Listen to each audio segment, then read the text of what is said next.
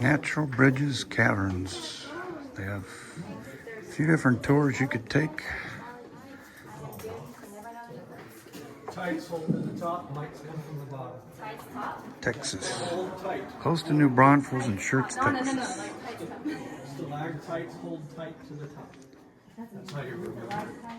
I always remembered as stalactites C, ceiling, stalactites G, ground. We have one up in C, North ceiling, G, ground. Stalactites, stalagmites. Ours was stalactites hold tight to the ceiling, stalagmites might reach the ceiling. I was just given the, here's, this one's top, this one's bottom. That's all I got.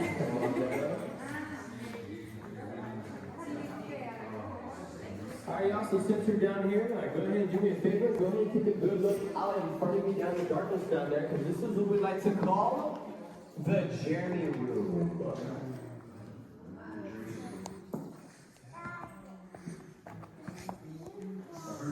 Yeah, pretty dramatic. I know I practice a lot. Now, this room right here is about 100 feet tall, 80 feet wide, 80 feet long. Now we're about 60 feet below the surface.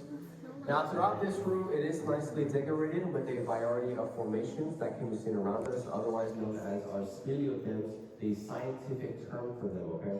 Now, some of these guys are actually super rare in the state of Texas, which makes this specific tour pretty rare and pretty unique. But first, I'll go ahead and show you some of the basic formations and start identifying them just so you know.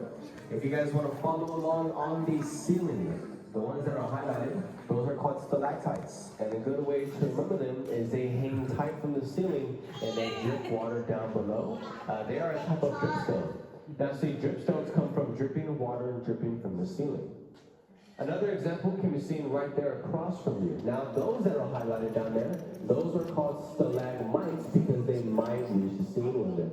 As you can see, those guys over there grow from the ground all the way up to the top until they actually connect with a stalactite up there. So whenever those two connect, they have a stalactite and look like this. Now it's called a column. We don't know what a column is, we just call it a column. No, I'm just kidding, that's stupid. But that pretty much happens whenever the top portion and the bottom portion connect. Now they are one formation together. Now over here on the ceiling, we can see some more rare formations, these white plates up here, okay? These are called parachute shield formations. Now there is a crack in the ceiling, water begins to come out at an angle, forming two plates of calcite. That second plate of calcite underneath the first one will soon get heavy while the formation is going under like that one. If it does get heavy enough, it will eventually just drop down like a parachute. It's what's called parachute shields. Now I know it sounds pretty scary, but I assure you, they have not fallen in a very, very long time. And notice how we are now behind the handrail going around the drop zone, just in case. But if you also look above yourselves at these little ones, these little spikes up here, those are called our soda straws or bead turnip formations. They're very small, long, and hollow. Water is constantly flowing through them. If there's too much water flowing through, it can crack on the side, making a small bulge of calcite to form, looking like an actual beet or a turnip underground the plant.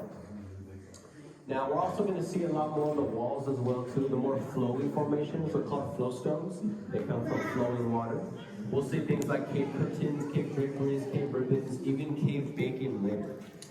Now, I know everything I showed you is pretty different from one another, right? But they have one thing in common. They all pretty much grow and form in the same way, in the same process.